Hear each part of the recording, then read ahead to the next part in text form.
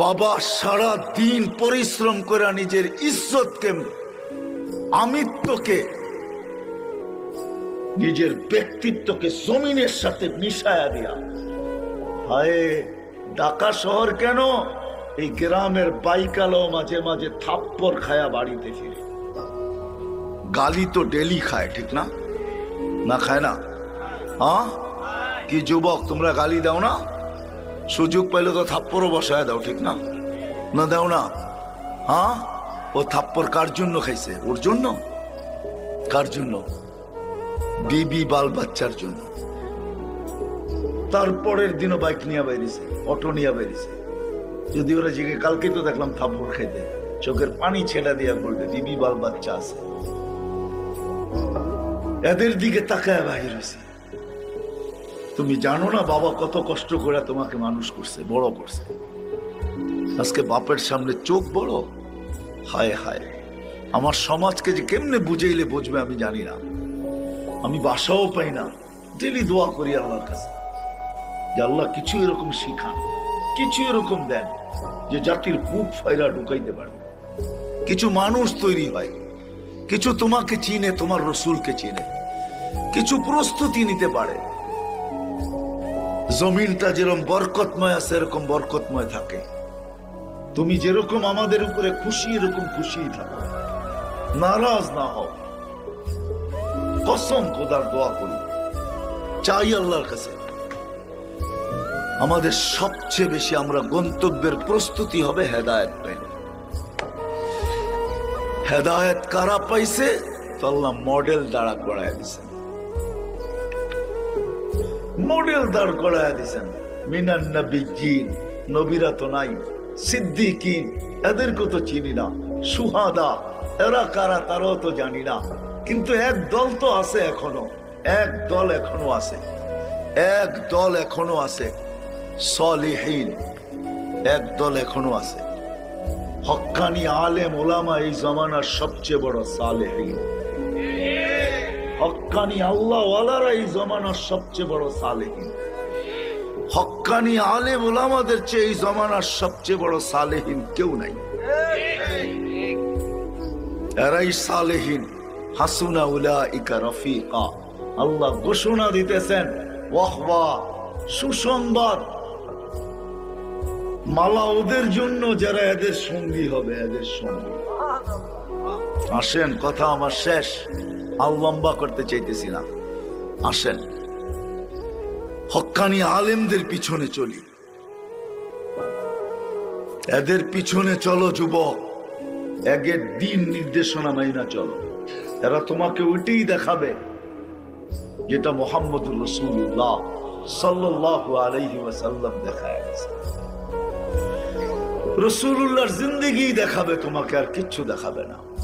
যদি তা না হইতো, যদি তা না হইতো, আমি তো বলি, জানি না কে কিরকম ভাবে, কি ব্যাখ্যা করে। আমি তো বলি, তাইলে এরা অজয় পাড়াগায় গ্রামে কোনোদিন 5,000 7,000 বেতন নিয়ে খোলা থাকে। কত বেতন আপনাকে মসজিদের ইমামের? হ্যাঁ, কত বেতন? হ্যাঁ, হ্যাঁ, অটো চালাইলে কয় টাকা কামানো যায়? হ্যাঁ, কেন ওরা অটো চালায় না? অক্সফোর্ডের ডিগ্রি লাগে, আমেরিকা থেকে ডিগ্রি আনতে হয়, ঢাকা ইউনিভার্সিটিতে মাস্টার্স করতে হয়, ঠিক না? কোন দেশের থেকে লাইসেন্স আনতে হয়? কিচ্ছু লাগে না, তো কেন চালায় না? কেন গ্রামগঞ্জে পড়ে থাকে? কেন মাদ্রাসা গুলায় পড়ে থাকে? কেন আপনাদের হাতে পায়ে ধরে? কেন আপনাদের ছেলে পেলেকে হাতে পায়ে ধরে পড়ায়?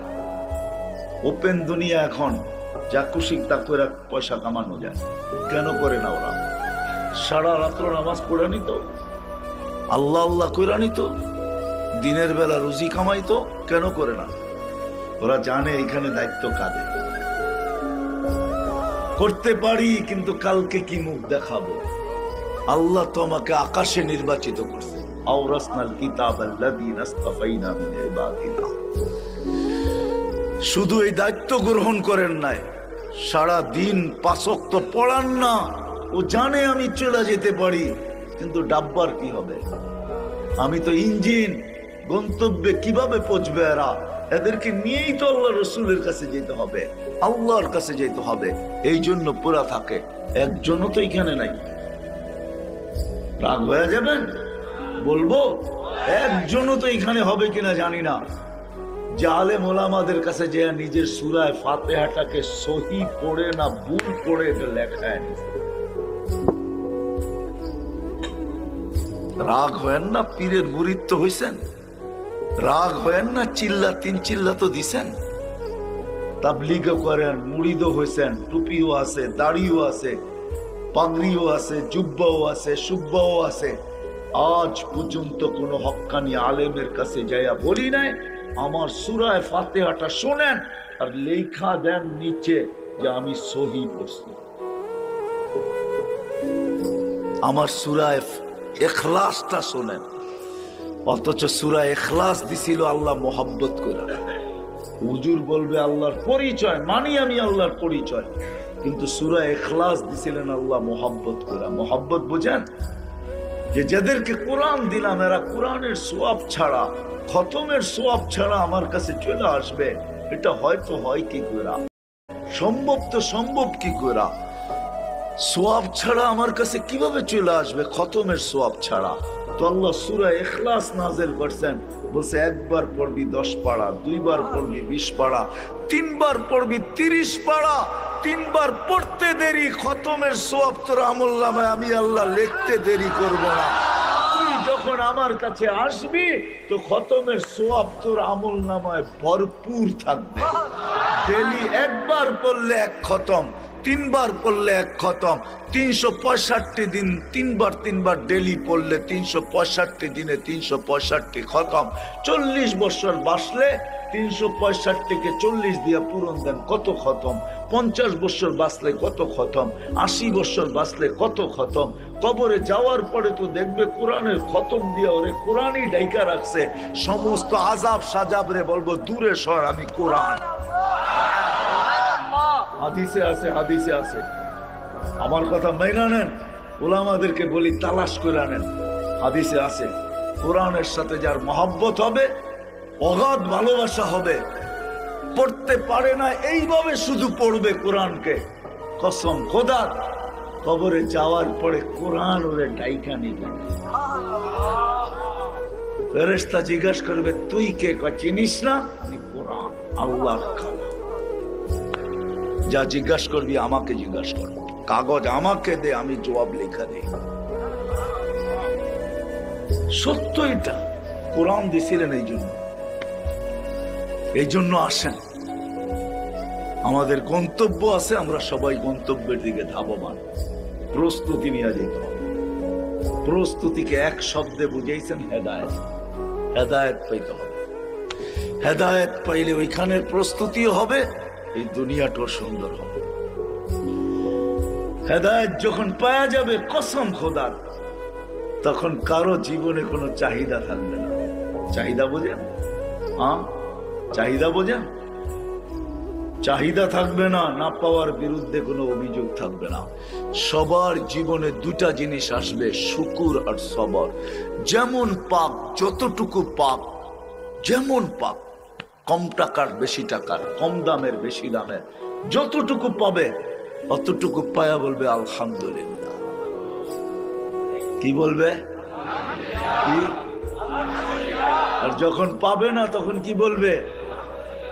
যখন পাবে না তখন সবর করবে। যদি বলে সবর করিস, তো সবরের ফল মিঠা, তুই জানিস না কেমন মিঠা লাগে। কেমন মিঠা লাগে তুই জানিস না, সবরের ফল মিঠা। সবর করবে, আর দোনোটার দ্বারা আল্লাহ রাজি হবে। শুকুরের বিনিময়ে জান্নাত, সবরের বিনিময়ে জান্নাত। প্রত্যেক করে যদি দুটা জিনিস চলে আসে আর দুটা জিনিস যদি বাহির হয়ে যায়, চাহিদা